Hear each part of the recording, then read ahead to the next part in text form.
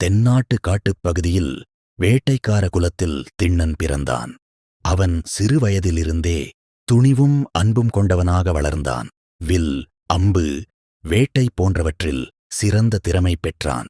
திண்ணன் காட்டில் வேட்டையாடி அனைவருக்கும் உணவு கொண்டு வந்தான்.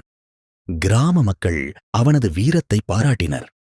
ஆனால் அவன் உள்ளத்தில் இறை உணர்வு இன்னும் பிறக்கவில்லை.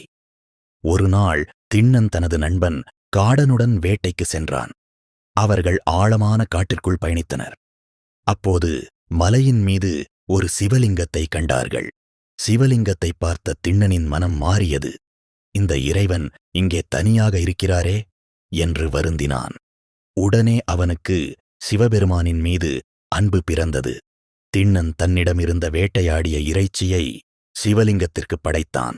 அருகில் தண்ணீர் இல்லாததால் வாயில் கொண்டு வந்த நீரை அபிஷேகம் செய்தான். அவன் இதயபூர்வமான பக்தியை சிவபெருமான் மகிழ்ச்சியுடன் ஏற்றார். அடுத்த நாள் கோவில் பூசாரி வந்து அசுத்தமான பூஜையை பார்த்து அதிர்ச்சியடைந்தார். சிவலிங்கத்தின் முன் இறைச்சி கிடப்பதை கண்டு வருந்தினார். உடனே அவர் சிவலிங்கத்தை சுத்தம் செய்து வழிபட்டார். மாலை நேரத்தில் திண்ணன் மீண்டும் சிவலிங்கத்தை காண வந்தான். அன்புடன் மலர்களையும் வேட்டையாடிய உணவையும் கொண்டு வந்தான். அவன் பக்தி நாளுக்கு நாள் அதிகரித்தது.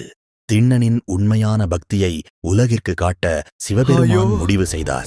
திடீரென சிவலிங்கத்தின் ஒரு கண்ணில் இரத்தம் வழிய ஆரம்பித்தது. இதை பார்த்த திண்ணன் பதறினான். திண்ணன் தனது கண்தான் மருந்து என்று எண்ணினான். உடனே அம்பின் முனையால் தனது ஒரு கண்ணை அகற்றி சிவலிங்கத்தின் மீது வைத்தான். உடனே இரத்தம் நிற்றியது. சில நொடிகளில் சிவலிங்கத்தின் மற்றொரு கண்ணிலும் இரத்தம் வழிந்தது. திண்ணன் கவலையடைந்தாலும் மனம் தளரவில்லை. தனது இன்னொரு கண்ணையும் அர்ப்பணிக்க முடிவு செய்தான். இரண்டாவது கண்ணை அகற்றிய பிறகு சிவலிங்கத்தின் கண்ணை கண்டுபிடிக்க முடியாது என்று திண்ணன் எண்ணினான். அதனால் தனது காலை சிவலிங்கத்தின் மீது வைத்து இடத்தை குறித்தான். பிறகு தனது இன்னொரு கண்ணையும் அகற்ற முயன்றான்.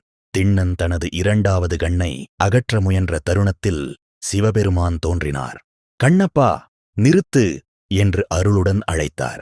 திண்ணனின் பக்தியைக் கண்டு தேவர்கள் வியந்தனர். சிவபெருமான் திண்ணனுக்கு கண்ணப்பா என்று பெயர் வழங்கினார். தனது கண்களை அர்ப்பணித்த பக்தனாக உலகம் முழுவதும் புகழ் பெற்றான்.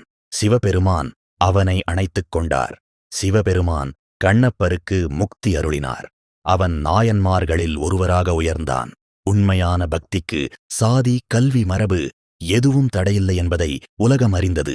கண்ணப்ப நாயனாரின் கதை இன்று வரை பக்தியின் சின்னமாக உள்ளது. அன்பும் உண்மையும் கொண்ட பக்தியை இறைவன் எப்போதும் ஏற்றுக்கொள்கிறார். இந்த கதை எண்ணற்ற பக்தர்களுக்கு நினைவாக உள்ளது.